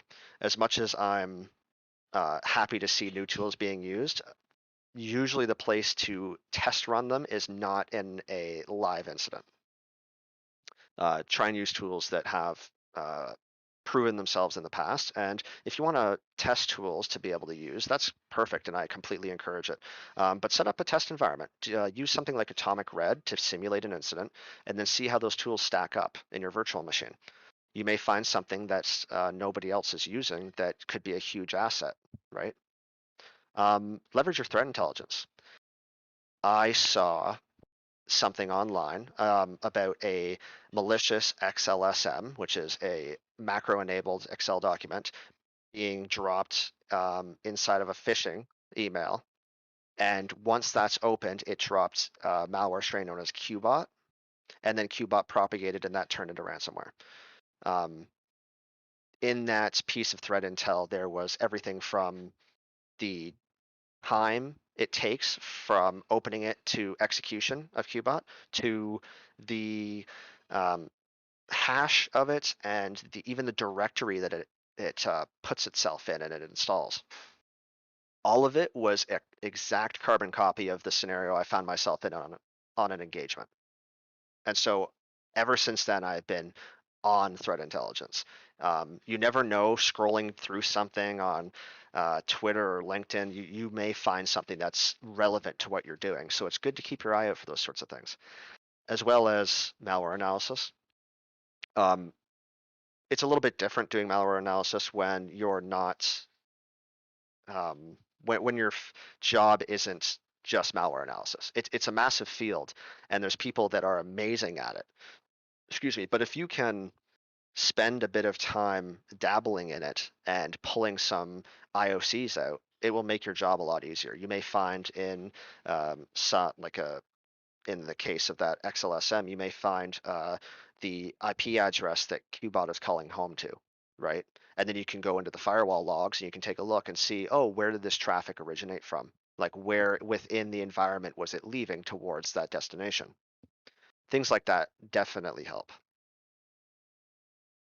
And moving on from ransomware, we're going to talk a bit about business email compromise. This is the second biggest type of incident that I deal with. And honestly, all it is a threat actor compromises somebody's business email account and then uses that to do something that's nefarious, to say the least. It's usually wire fraud, and we'll talk a bit more about that. But you'll find that these guys are often driven by money. They want a quick payout. They think they can social engineer their way into, $1,000 or something, or in some cases over 1 million, depending on what type of account they breach. If they're breaching a global administrator, you're going to be in for quite the ride. Besides wire fraud, though, you'll find that these guys will compromise business emails to launch more phishing campaigns using different types of accounts because they'll get their accounts blacklisted real quickly. Yeah, they can make 1 million of them, but sometimes they can get more out of it if they just steal somebody else's. Also, of course, staging a larger attack. If you steal a global administrator account, you pretty well have full control over the O365 tenant, and you'll decide as a threat actor, oh, well, we'll go forward with this. We'll sell this access to Conti or somebody. On the note of wire fraud, there's two that I see very often, and it's the internal and the external. The internal is I steal Christian's account and I message his HR department saying, hey, Christian here, I want you to change my banking information because I swapped banks. That's where I want all my checks to go to from now on. Here's the information. And then all of a sudden, Christian doesn't get his check. It goes directly into my pocket. External wire fraud is a little bit different.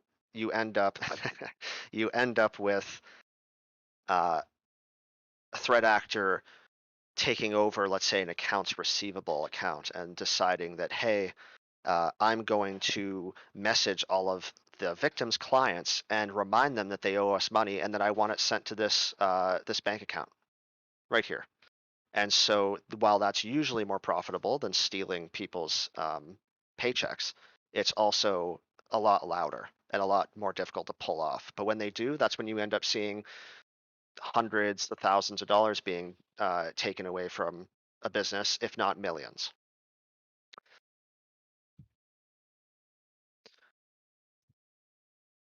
So when you're doing analysis, there's quite a few things that you can look at to assist you. I wrote a couple of them here.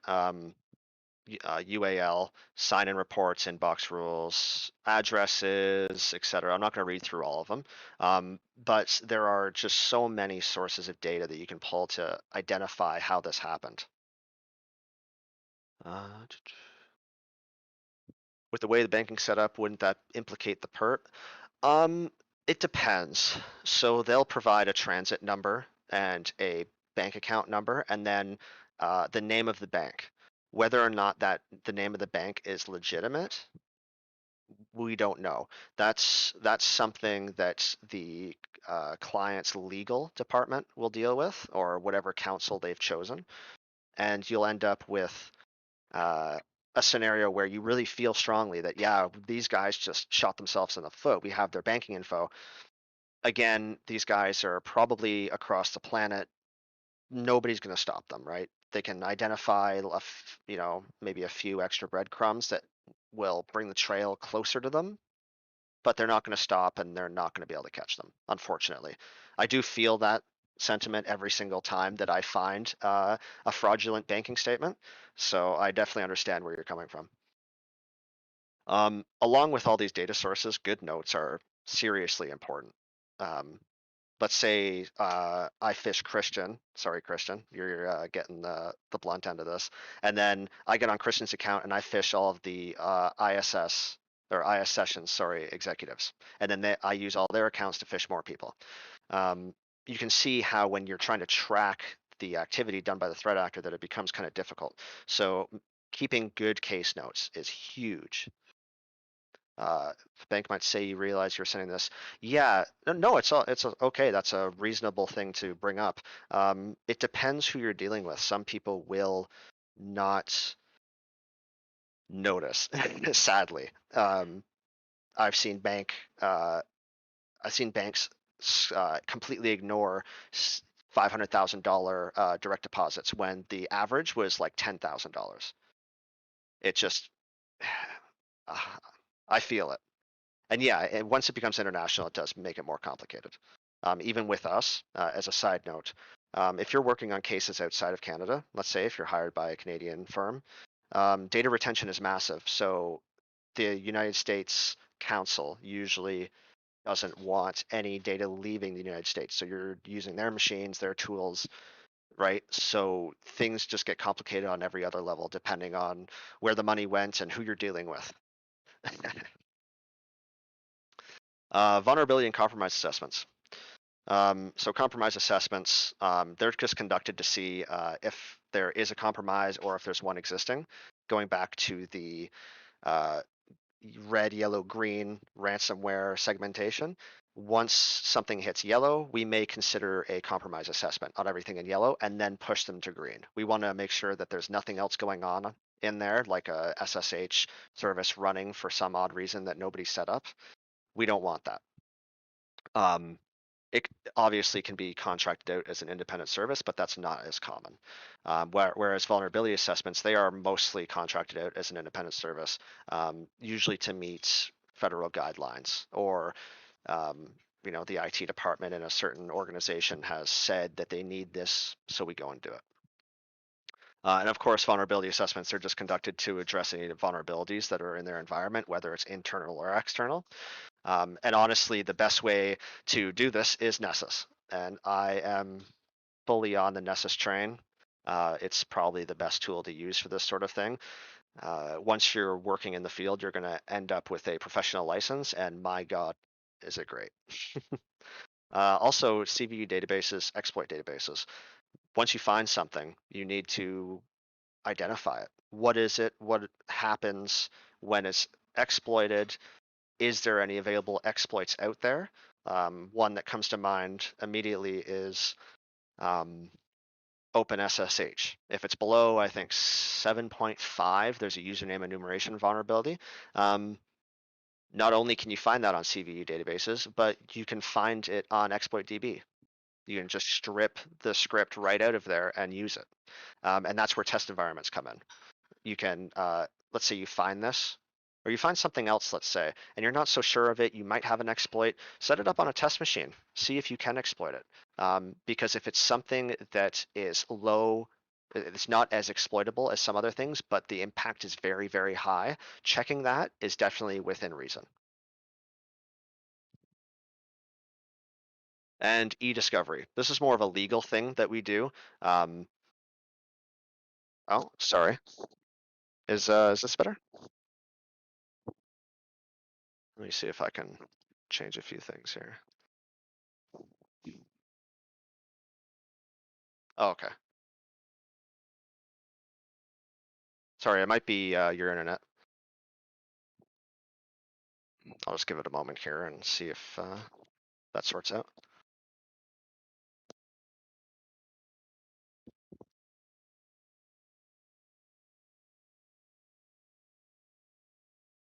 Sure. So e-discovery. Let's say a ransomware case happens and the TA steals a bunch of data and they decide not to pay, so they leak the data. That data had credit card information, or maybe it's a company that has driver's license scans and SINs, etc. That's where you'll find e-discovery happening. These guys need to they have a legal requirement to put together a notification list to let these customers know that there is a problem, that they've lost their data. And you'll find, I think we all probably here have a general understanding of PII and PHI. You can see I have a small list I put together there. But when you're in a scenario like this, often the type of PII will be dependent on the counsel. The victim or the client, sorry, legal counsel, excuse me, will decide what is PII because they're the legal experts. They're the ones that are going to make sure that the company that is under the boot is doing their legal requirement.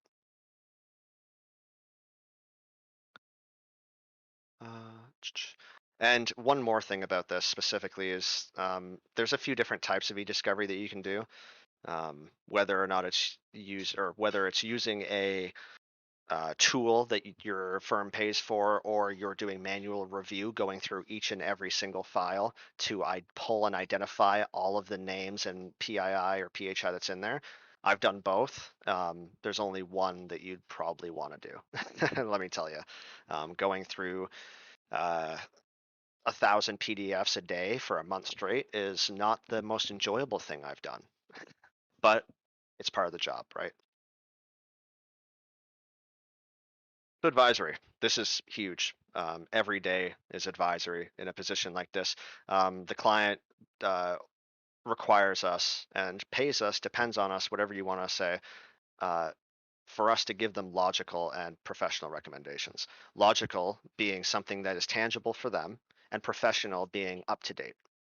The recommendations you give should be for them and their scenario. You shouldn't really copy and paste any type of recommendations. You can do it for some of them, like generic password policy or generic O365 recommendations, enable multi-factor. Those things are fine, but you should at least have something there that you can provide to them that's tailored for them. So they very much feel like you're there investigating for them and trying to do the best for them. But to consider a few things here, you can never force a client to adopt any change. You could tell them that, hey, you have brute force across the board. If you don't enable multi-factor today, you're getting breached tomorrow. If they don't do it and they get breached, there's nothing you can do about it. And compromising on certain things in an investigation is also a given. Some of them don't want to set up multi-factor for an account for you to go in. They don't want a certain tool running, or whatever it may be. There is going to be compromise there, so you need to be prepared for it. Then we come to malware analysis. Like I said before, you could have an entire career in this, and my advice to you is complete your training. TCM Security has an amazing basics course. I think it's about $30 for a single course on their website, or you can pay for a monthly subscription for about $30. I paid for a monthly subscription, and I got I think 5 or 6 courses done. I think maybe 5. Either way, it's very much worth your time. If you're interested in malware analysis, that's a great place to start, along with TryHackMe. TryHackMe has some incident response rooms that you can complete that are very well put together. When you get a sample, research thoroughly. right? Try and identify it. Once you've identified something, whether it be through a hash or a name or whatever it may be, then you could probably find some things to make your life a little bit easier online. Do a little bit of research, see what you can find. Prepare accordingly. Prepare Flare VM, Remnux, and create a malware net so that whatever it is you're detonating isn't taken off into your network, right? There are strains of malware out there that can skip out of a virtual machine. Got to be aware of that. So preparing accordingly. For those who don't know what Flare VM and Remnux are, Remnux is a Linux-based VM that's will assist you in dealing with network aspects of malware analysis. So you would the malware net would usually connect Remnux and Flare on their own virtual network. Flare VM being a basically just a building block on top of Windows 10. You can find that stuff on think I think it's a FireEye website. You can find the install on there. I highly recommend it if you're looking to get into malware analysis. Of course, these aren't the only tools you can use, but they're just the ones that I have experience with.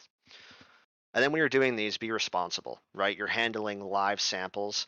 If you're going to transport it, or in most cases, zip it, right? With infected is the password for these zip files. That's pretty well universal across the board. Don't move it around too much. Take it where it needs to go, leave it there.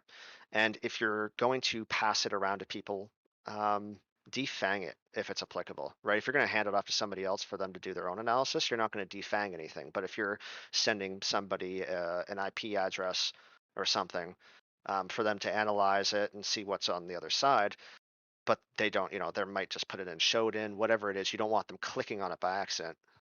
That's where you defang. Threat intelligence.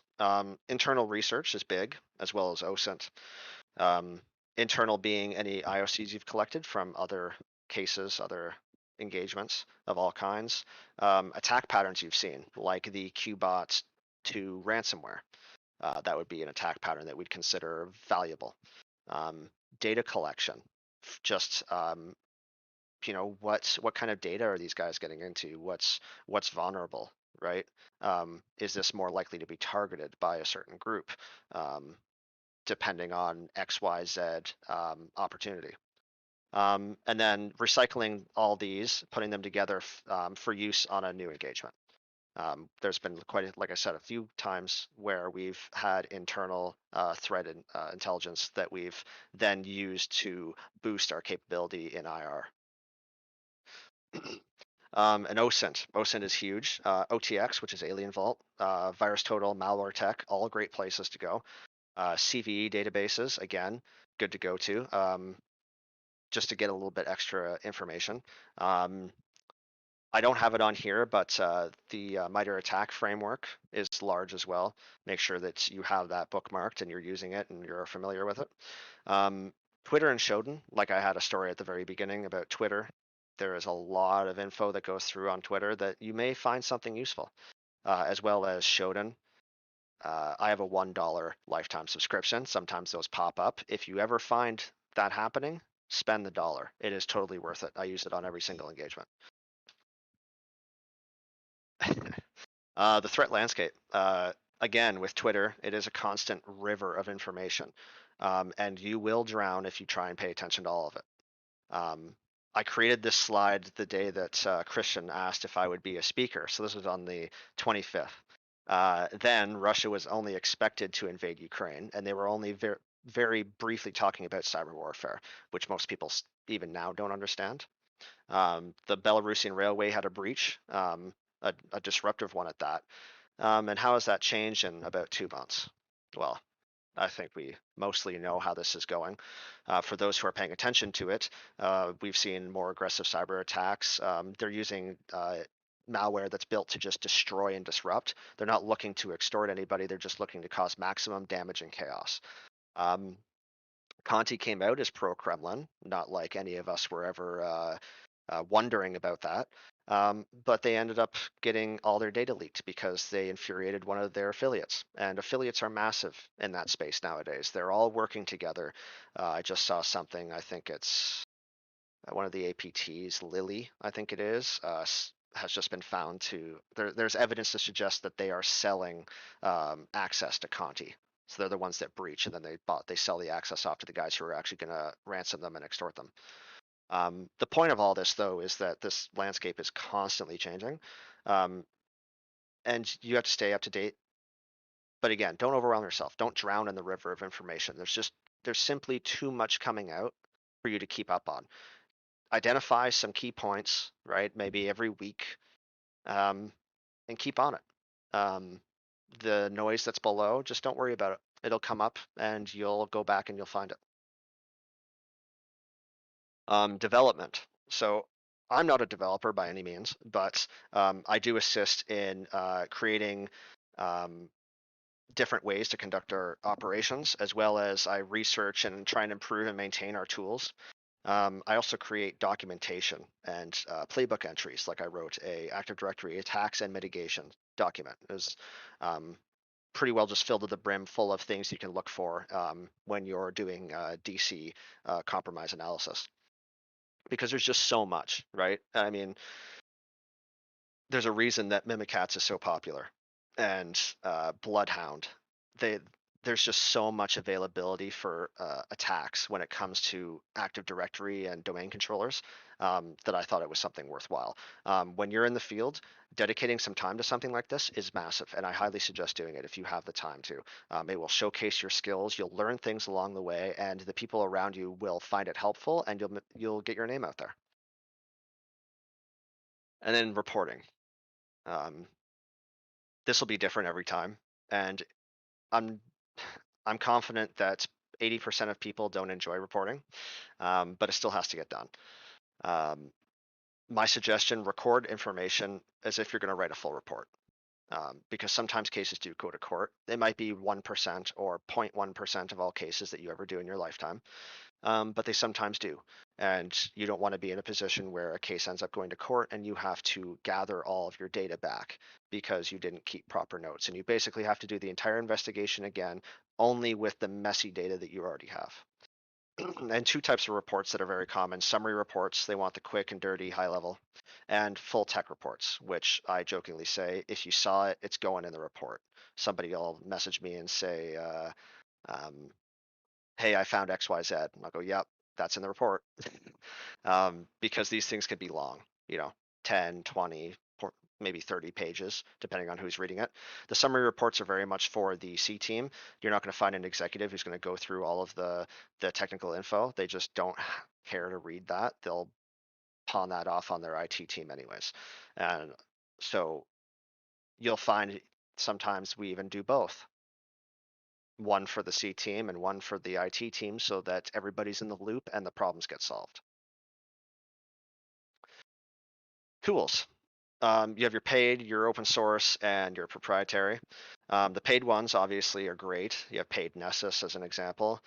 Very shiny, very nice, but unless you have thousands of dollars to shell out of your own pocket, chances are it's not viable. The open source ones, they cost nothing or very little and probably have very good support. But a lot of times you'll find that these tools, you're going to need a handful of them, if not more. Like Eric Zimmerman tools, I don't even know how many in there. You're going to need them all. Proprietary tools, things that you and your organization build to tackle something very specific. While it's really good and really helpful to have those, and in some cases that might be your bread and butter, you have to get there first. Yeah, research and development know-how and manpower hours really come into play there. And I'm glad I put this slide in because of all the conversations earlier about networking. Some final thoughts I'll give you guys. Colleges and universities are awesome for early networking. Get out there. Make sure people know that you're looking for work. Don't, harass the hell out of them or anything. Practice your social skills, be civil. Just, do what you do. If you go out there and maximize your education, which is the second point here, people are going to notice that and people are going to want to associate with you.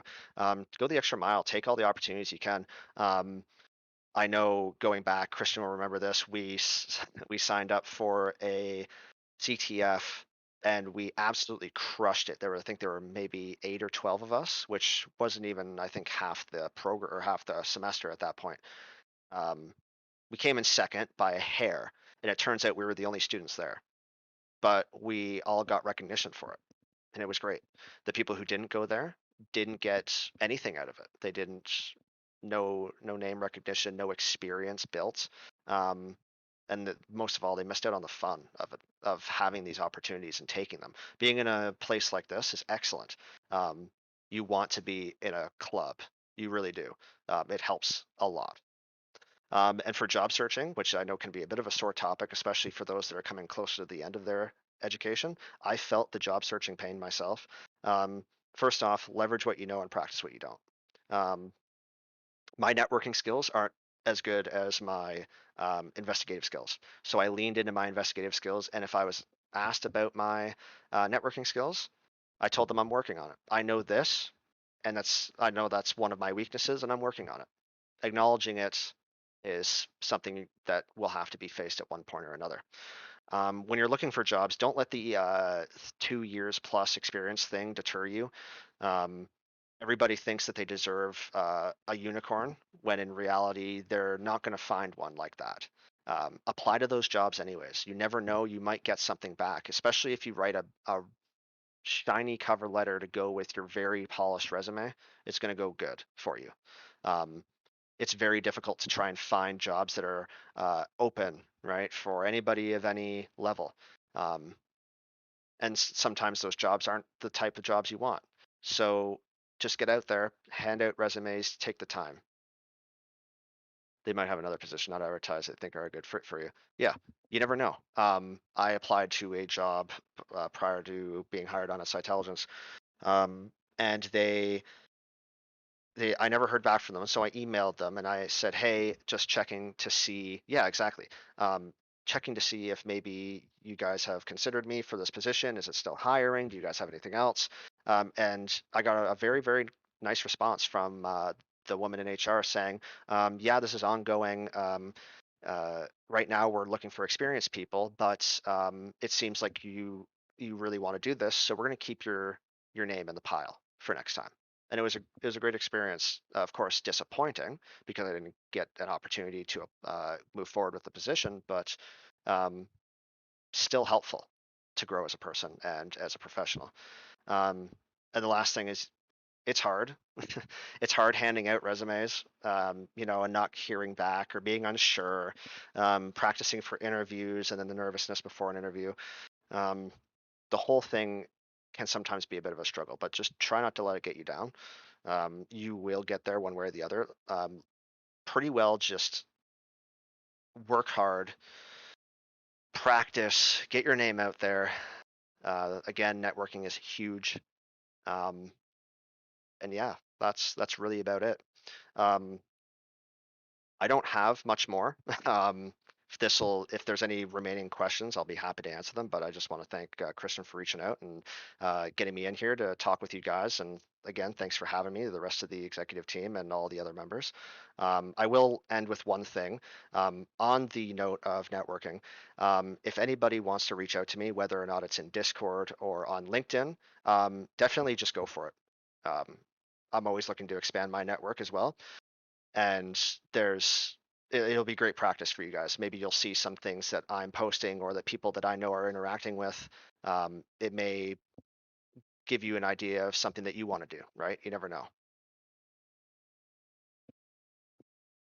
Approximately how many incidents do you respond to on average in a year? It depends. So there are slow points in incident response. Call it the Russian summer. Sometimes they get time off during the summer, so you'll see a dip in that. You'll also see a dip during Christmas time. But I would say, depending on if you're doing like a 3-week investigation, you'll pretty well be on another one immediately. So you're looking at somewhere between 10 and maybe 25 or 30 if you're getting a couple cases at a time. It becomes quite the race on some of them. Like as an example, for e-discovery, I was doing manual review through there was a team of, I don't know, a dozen people. There was like 40,000 PDFs to go through, and it took me 1 month straight. I could have done, 2 or 3 other cases in that time.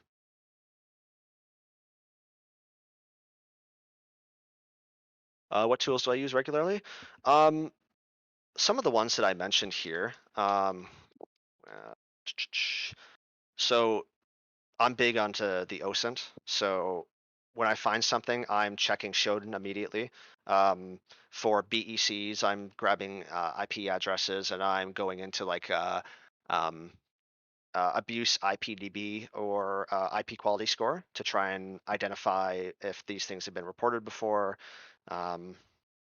Beyond that, we use tools for ransomware investigations like open source, Velociraptor, which is big.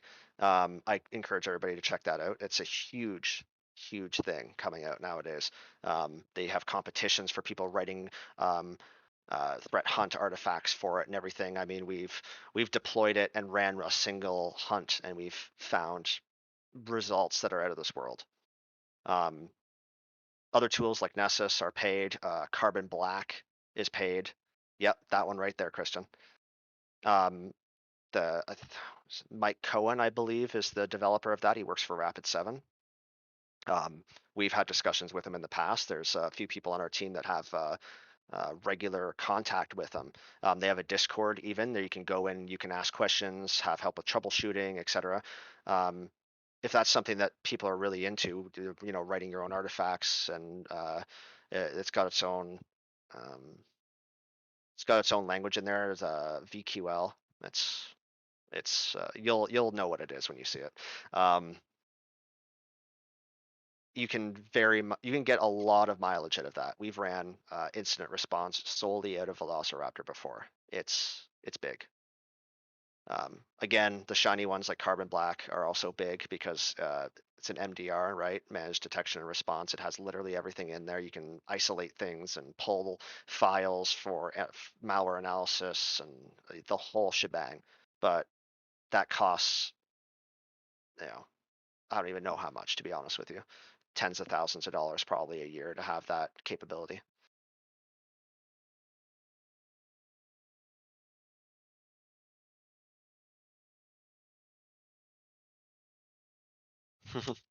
How did you choose what field to go into when you were going through school? I had no idea what I wanted to do. Because I had gone to college once and realized that wasn't something for me. It took a long time to go back, and once I went back, all I knew was that the computer security field was interesting. I had computer skills, and I wanted to use them. It wasn't until Christian, you could probably remember. It's semester 4, I believe, in the computer security investigations program where things start to really ramp up and you start to do pen testing and forensics and things along that line. And that's when I realized forensics and or just DFIR specifically sounded like a fun field to be in. Pen testing being a very close second, of course, because who doesn't want to, do something like that?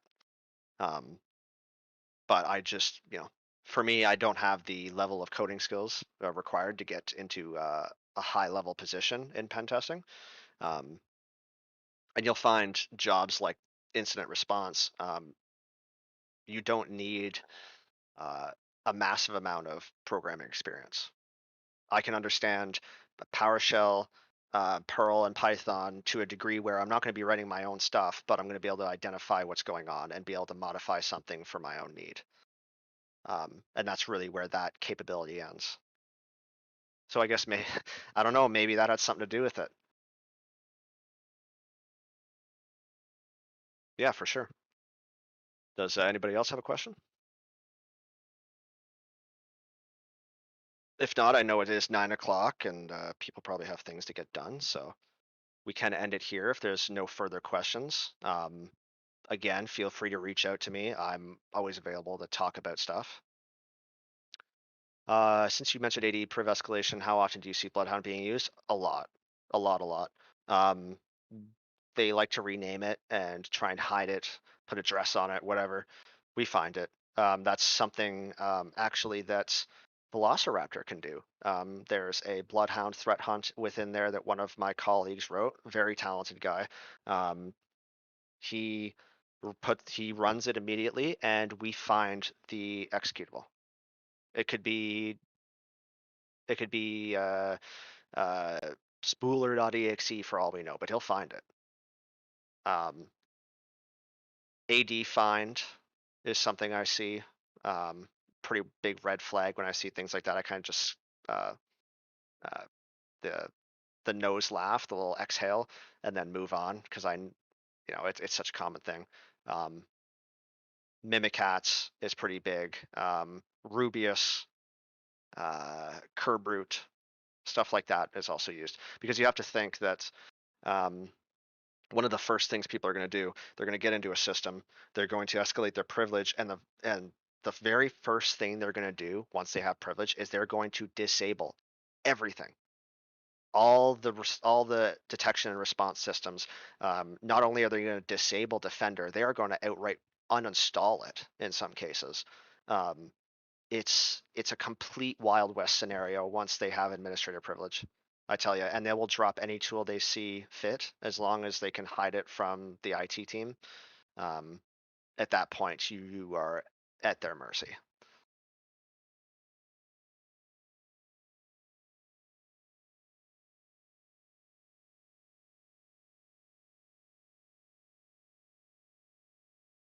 I'm sad to report that I wasn't talking about Windows 10. I've seen a disgusting amount of Windows 8 in my, yep, that's exactly the face I make when I see it. An interesting point to have again is that end of life for Microsoft definitely doesn't mean end of life for the world. And there are systems that hold valuable data that are business critical that are, like I said, Windows 2000. Like there's the fact that I can run Nessus and find a Windows 2000 server is appalling. And it's not anybody's fault, right? Yeah, exactly. Windows 7, Windows XP, it's insane out there. And you have to think that Eternal Blue is a massive exploit, and yet there's still so many machines out there that you could find that you just use nmap and metasploit, and all of a sudden you are in. Don't th Yeah, exactly. And if I sound disappointed, it's more like my technical background going, why is this happening? I thought we were told not to do this stuff. And it's sad to see that because, people's lives are put into this chaotic moment because these breaches happen, their data gets stolen, or their small business is going to go under if we don't fix it. It's just sad to see that, right? And I wish that you could send a PSA directly to everybody's brain to remind them that Windows 2000, Windows XP, and Windows 7 are not acceptable to have out in the wild. It's just not. Especially if you DMZ it for some odd reason, which I've seen before. Landlord is big, paid them for a product. If it was perfect, why wouldn't I pay for a new, not perfect product? Yeah, I mean, I get it. I definitely get it. And for those who haven't worked in an IT scenario before, not as an independent contractor, sorry, from a firm like mine, but working for a company as a blue teamer, getting money to update things is difficult. Yeah, again, I understand where they're coming from because money can be difficult to obtain, and it's nobody's fault. In a corporate scenario, the C team, the corporate executives, don't understand that money is needed to keep them secure. And I'm sure everybody's seen the jokes where, oh, $100,000 to update our cybersecurity, ew, yuck. But they'll willingly write a check for $1 million to Conti to get their business back up and running. It's again, it's nobody's fault. it's something that needs to be addressed. And we try and tackle that with our recommendations and coming out and speaking, right?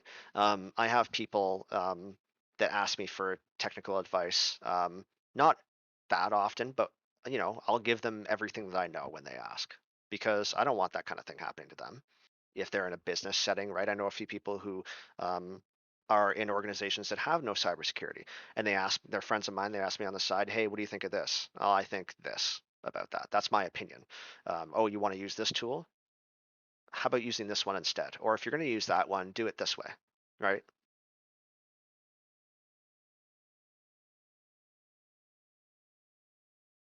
Awesome. But yeah, Okay. that's all I have. Again, thanks for having me, guys. It's excellent.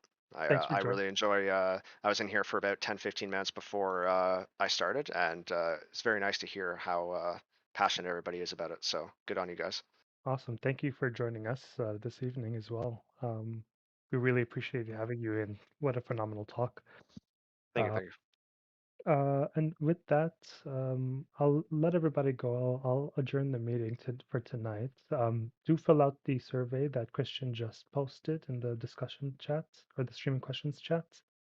We are trying to entertain the idea of having an in-person meetup one day before the semester ends. So if we do end up doing that, again, great networking opportunity. So it's pretty fitting.